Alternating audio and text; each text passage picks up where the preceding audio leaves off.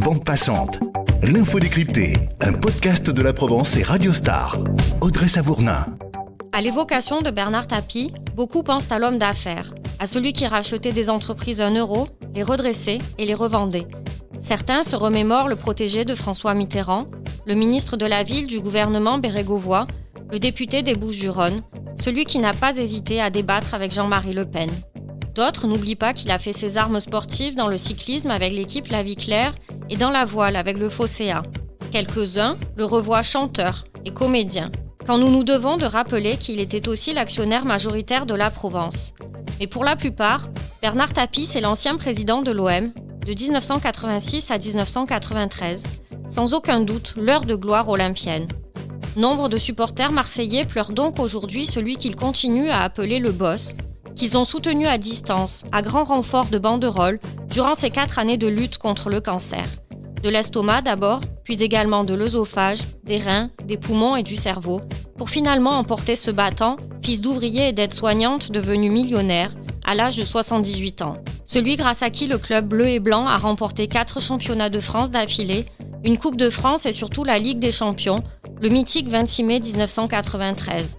Un exploit qui éclipse tout le reste à Marseille, les autres réussites comme les parts d'ombre, de l'interminable affaire du Crédit Lyonnais à celle dite VAOM, qui a pourtant entraîné la relégation du club et son incarcération. Car oui, c'est grâce à Bernard Tapie que les Marseillais sont à jamais les premiers, ce qui lui confère une sorte d'immunité, une forme d'éternité. Cet épisode de Bande passante lui est consacré.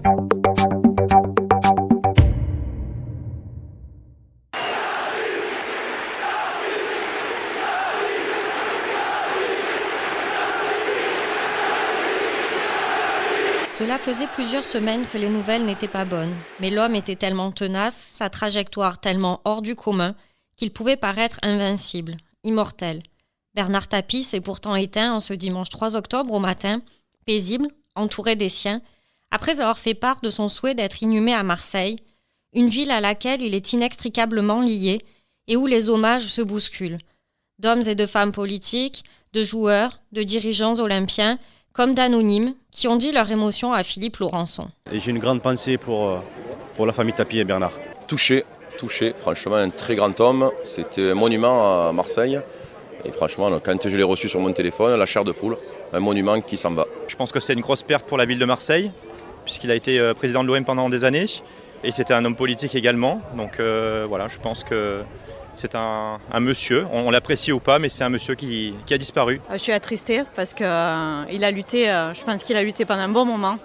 Et franchement, on était sur le Vieux-Port et ça restera gravé dans les mémoires. Ici à Marseille, tout le monde l'aime, quoi. C'est le boss, il n'y a aucun souci, c'est le boss pour toujours. Aimer, à Marseille, je pense aimer. Ailleurs, ça peut choquer, mais aimer à Marseille. C'est son charisme, c'est sa générosité, son talent, et notamment, bien évidemment, grâce à lui, on a réussi à gagner la Ligue des Champions. On est dégoûté parce que c'était notre président et c'était quelqu'un franchement de très important pour l'OM et il nous a quittés ce matin. Beaucoup de tristesse parce que c'était quelqu'un qui a marqué quand même l'OM. Donc on est peiné, après un peu soulagé parce qu'apparemment il souffrait beaucoup. Je dois vous avouer que je suis très triste. Voilà, on s'y attendait un peu mais je suis très triste quand même. C'est une triste nouvelle pour Marseille. Ça fait quelque chose quand même. C'était un gars qui a mené l'OM en haut là, avec le titre de champion d'Europe. Et il a été courageux pour sa maladie.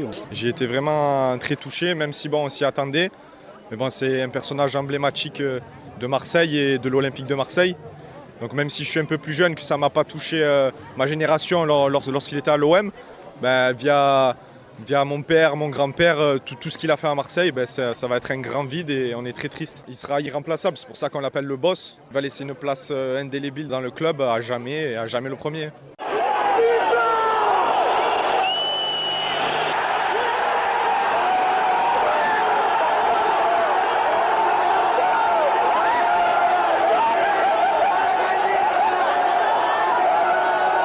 Stupide parce qu'on ne devrait pas se mettre dans cet état, mais tant pis, on ne va pas faire semblant. C'est génial. Mario Albano, vous êtes journaliste au service des sports de la Provence. Bernard Tapie, c'est avant toute chose le président qui a amené l'OM au titre de champion d'Europe. C'est le président qui a permis à l'OM de changer de dimension, de changer de monde même. Parce que l'OM effectivement est à jamais le premier club français à avoir gagné une Coupe d'Europe et le seul jusqu'à présent à avoir gagné la Ligue des Champions. Mais même au-delà de la victoire, il y avait eu la finale en 91 et il y a cette entrée dans la cour des grands. Il y a eu cette série, champion de France, 89, 90, 91, 92, 93, même si ensuite le titre a été retiré, la coupe gagnée en 89. Il y a eu des titres nationaux, mais ça, c'était déjà arrivé. Sur des périodes plus courtes, mais c'était déjà arrivé. Ce qui a vraiment changé, c'est que l'OM s'est installé au niveau européen. Vous savez, je pense ceux qui ont la quarantaine ou moins sont habitués à voir, pour eux, la place de l'OM, elle est justement à ce niveau-là, en Ligue des Champions, à jouer contre les grands clubs européens. Mais jusqu'à son arrivée, ça n'était pas du tout le cas. Ceux qui, comme moi, ont grandi dans les années 60, c'était un OM qui jouait en deuxième division contre Cherbourg, Boulogne, Béziers. Il y avait la première division avec Saint-Étienne, Monaco, Lens, Nantes, etc. C'était déjà autre chose. Mais quant à la Coupe d'Europe, il paraissait totalement impossible que l'OM entre dans ce monde-là. C'était le Real Madrid, l'Inter, Benfica, etc. Quand Bernard Tapie, à l'été 89, dit on va gagner la Coupe d'Europe, tout le monde se dit non mais c'est un bouffon, c'est pas possible. Ça n'est pas possible, c'est un autre monde. Le jour du match nul à Milan, en 91, je pense que ce jour-là, le 6 mars 1991, le jour où l'OM est mené 1-0, puis revient et mérite de gagner à San Siro, ce jour-là, l'OM change de dimension et est devenu un véritable concurrent pour les grands clubs européens. Un club qui existe, dont on parle dans toute l'Europe. Au printemps 1991, Chris Waddle, les Basile Boli, les Jean-Pierre Papin, c'était des rockstars. Et toute l'Europe avait les yeux tournés vers Marseille. À partir de ce moment-là, l'OM est assis à la table des grands. Et aujourd'hui, pour les jeunes, l'OM appartient à ce monde-là, alors que, en fait, l'OM a été totalement déclassé.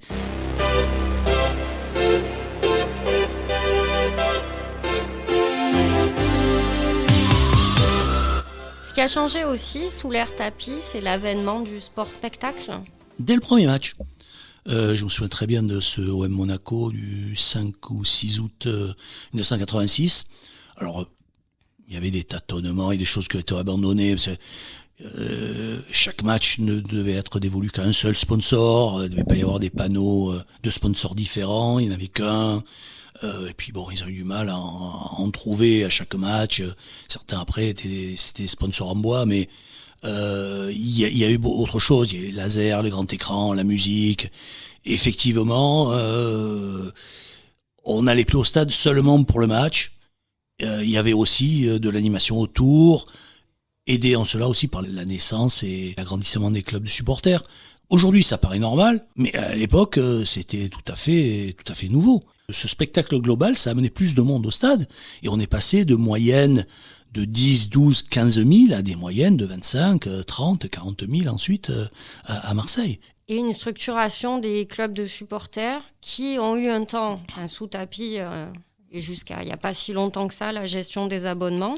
C'était, on appelle ça acheter la paix sociale, mais pourquoi pas ? Enfin, moi je préfère la paix sociale à la guerre entre les supporters et le club. C'était effectivement un soutien indéfectible, mais c'est quand même un équilibre très délicat à trouver entre l'importance qu'on leur accorde, mais sans quand même que ça ne devienne nuisible et qu'il soit une force délétère pour le club. Tapie fait quand même figure d'exception à ce niveau-là. Il n'y a jamais eu une proximité aussi forte entre un président et des supporters. Une adhésion, on va dire. Ils sont nés avec lui. Donc, les Ultras sont nés en 84 et tous les autres sont nés après. Donc, sous l'ère Tapie. Donc, ils sont effectivement indéfectiblement liés à son passage à la tête de l'OM. Pour Avi Assouli, journaliste sportif à la retraite, le boss était tout simplement irrésistible. C'est un gagneur, il a tout réussi ce garçon. C'est une icône, c'est un merveilleux bonhomme. Voilà, c'est un autodidacte, il savait tout sur tout. Et donc les supporters ne pouvait pas être de glace face à un monstre comme ça. Il a amené les meilleurs joueurs d'Europe, les plus grands alors qu'on ne les connaissait même pas. Il en a fait des stars. Il n'y a pas eu un autre Tapie. Tapie, c'est l'exception. C'est j'allais dire un dieu, non, je ne veux pas blasphémer, mais c'est vraiment le prophète de Marseille. Il n'y a que lui qui a apporté ça à Marseille. Cet homme a apporté la victoire, a apporté des titres, et les supporters sont fous de lui. C'est le seul qui a gagné la Coupe d'Europe, malgré tout. Donc jusqu'à présent, avec les milliards du PSG, ils y arrivent toujours pas. Ça prouve qu'il avait du talent, et voilà, c'était un phénomène. Et le reste ne compte pas ? Non, pour un Marseillais, on s'en fout. L'important, c'est qu'il ait réussi à faire grandir l'OM.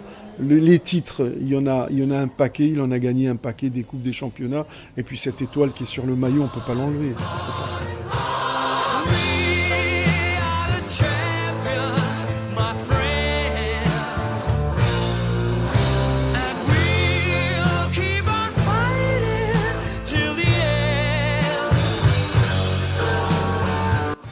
Ces relations, fusionnelles pourrait-on dire, passionnelles, l'ethnologue Christian Bromberger les a longuement étudiées. Oui, parce qu'il y a eu cette victoire en 1993 qui est unique dans les annales du football français. Et donc, c'est vrai qu'il y avait cette passion à la fois pour l'OM et pour Tapie qui avait mené l'équipe jusque-là. Mais c'est vrai qu'il y avait une osmose entre Tapie et les supporters qui était quelque chose d'assez extraordinaire. Je voyais encore lors du dernier match là contre Galatasaray, Courage Boss, donc il y avait véritablement des gens qui n'avaient pas en définitive, même si les chefs supporters sont toujours les mêmes depuis que moi j'avais fait mon étude dans les années 90. D'ailleurs c'est frappant comment il y a des supporters professionnels, pour ainsi dire. Mais en dehors de ça, ceux qui brandissaient quand même ces banderoles avec Courage Boss, c'était des gens qui n'avaient pas forcément connu Tapie. 93, ce but de Boli, c'est des choses qui ne s'oublient pas et qui se transmettent de génération en génération. Tapie, Tapie, Tapie, Tapie. Un soutien qui avait beaucoup touché Bernard Tapie, interrogé à ce sujet par Laurent Delahousse. Quand vous avez 50 000 mômes qui vous donnent leur amitié, qui vous font un témoignage de leur affection, ça veut dire que vous avez servi à quelque chose. Ce sont des gens qui ont connu sûrement des moments de bonheur avec la Coupe d'Europe. Et de les voir aussi présents, moi c'est la plus belle cure de chimio que j'ai jamais reçue. Au-delà des résultats sportifs, c'était quelqu'un qui était en phase avec Marseille. Ce qui m'avait beaucoup frappé, c'est que Tapie se coulait un peu dans l'imaginaire marseillais. Christian Bromberger.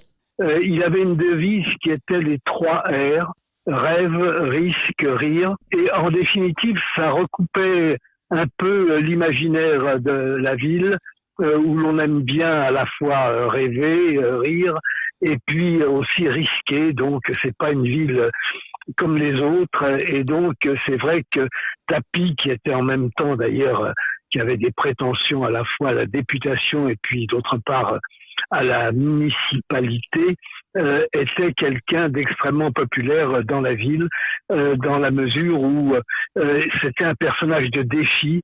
Et le défi est bien une catégorie qui correspond à l'esprit marseillais. Oui, c'est ça. Au-delà des résultats sportifs qui forcément ont été extraordinaires et l'ont porté, il y avait une personnalité totalement en phase avec cette ville. Oui, tout à fait.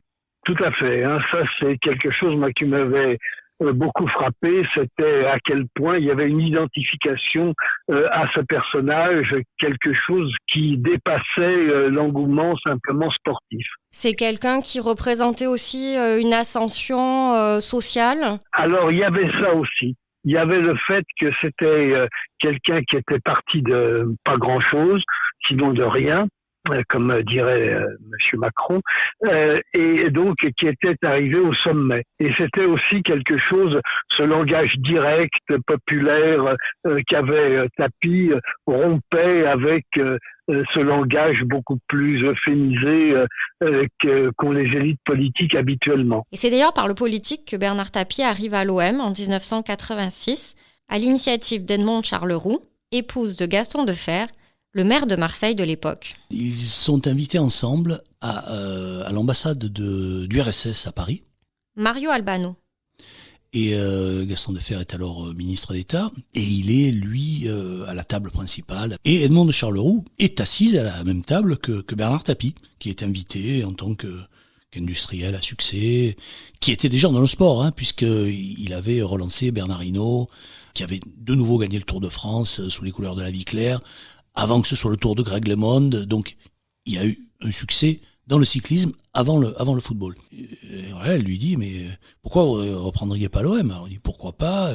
Et ensuite, elle va voir Gaston Defferre, elle dit, tu vois, le gars, je vous répète ces mots parce que je l'ai entendu le dire elle-même lors d'un documentaire. Elle dit, tu vois le gars avec la belle gueule là-bas, c'est Bernard Tapie, il est prêt à reprendre l'OM. Ah, bon, et un peu plus tard, Gaston Defferre est allé prendre le café avec Bernard Tapie, elle l'a invité, et c'est comme ça qu'ils ont pris langue, et que quelques mois plus tard, Bernard Tapie a repris l'OM, qui n'était pas au plus mal. Il y a eu des pots de bilan en 1980, puis l'OM est remonté en première division en 84, et là, effectivement, dès lors qu'il prend les rênes avec Michel Hidalgo, parce que l'essentiel, quand il arrive, c'est Michel Hidalgo.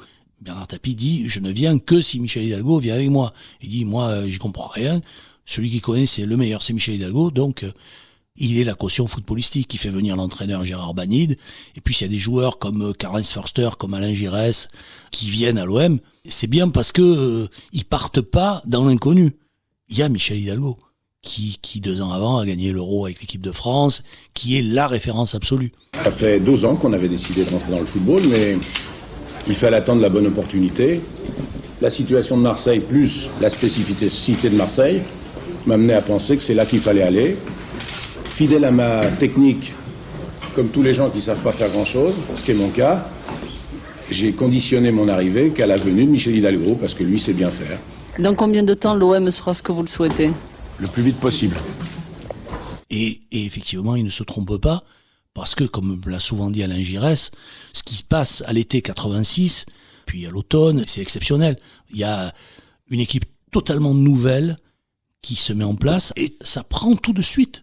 Et je suis sûr que, d'ailleurs ils le disent tous plus ou moins, l'énergie que transmet Bernard Tapie, les espoirs qu'il leur donne, la nouveauté qu'il apporte, tout ça, ça donne le sentiment à ces joueurs de participer à une aventure nouvelle, de se lancer là-dedans avec beaucoup d'enthousiasme. C'est un peu fou. Dès cette première année, il se passe quelque chose. On passe d'un OM médiocre, qui va certes en finale de la Coupe en 86, mais bon, qui enthousiasme pas les foules, à un OM qui justement soulève les foules. Il avait cette qualité de leader, en fait, d'emmener tout le monde avec lui. Bien sûr. Et les joueurs, les supporters, en politique aussi. Il a su emmener les électeurs. Le charme, le charisme, ça a marché dans tous les domaines. Et sa réussite sportive n'est pas étrangère à ses succès politiques. Oui, c'est vrai que Bernard Tapie, s'il se lance dans la politique à la fin des années 80 à Marseille, c'est d'abord parce qu'il est patron de l'OM et qu'il obtient déjà des succès. Il est extrêmement populaire. François Tonneau, journaliste politique à la Provence. Mais c'est quelque chose qui le titillait. Il se lance pas en politique par hasard. Il a en lui ce combat contre le Front National qu'il prend aux tripes. Il y a Jean-Marie Le Pen à Marseille, évidemment.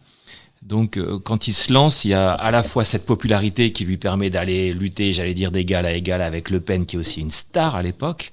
Tapie, il joue beaucoup sur cette popularité et c'est ce qu'il fait entrer en politique. Et puis ce qu'il fait entrer en politique, outre cette popularité, c'est sa gouaille, quoi. C'est-à-dire tout ce qu'il a entretenu et ce dont il a été nourri dans le milieu du foot, du supporterisme, etc. Ça lui permet aussi d'arriver hyper à l'aise dans le milieu politique et de jouer le chien fou dans le jeu de quilles. À Marseille, il a trouvé vraiment la ville qu'il lui fallait pour réussir.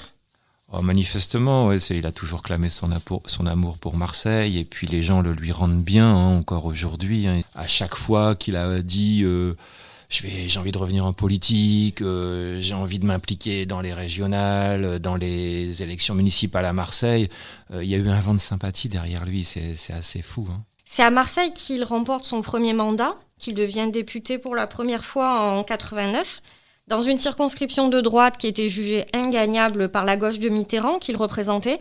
Et son opposant de l'époque, Guy Tessier, dit aujourd'hui qu'il craignait ce populaire président de l'OM. Et oui, il faut savoir que Guy Tessier, à l'époque, c'était un peu l'étoile montante de la droite dans la circonscription du sud de la ville, des calanques, hein, pour faire simple. Et c'est vrai que quand Guy Tessier le voit débarquer, il se dit mince, on m'envoie une montagne, c'est pas gagné pour l'escalader.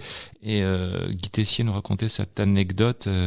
Plusieurs années après, à l'Assemblée nationale, il croise Bernard Tapie. Il pense que Tapie va lui en coller une pour parler trivialement, et pas du tout. Tapie va le voir et dans sa gouaille habituelle lui dit toi t'es le seul mec à Marseille qui a des couilles.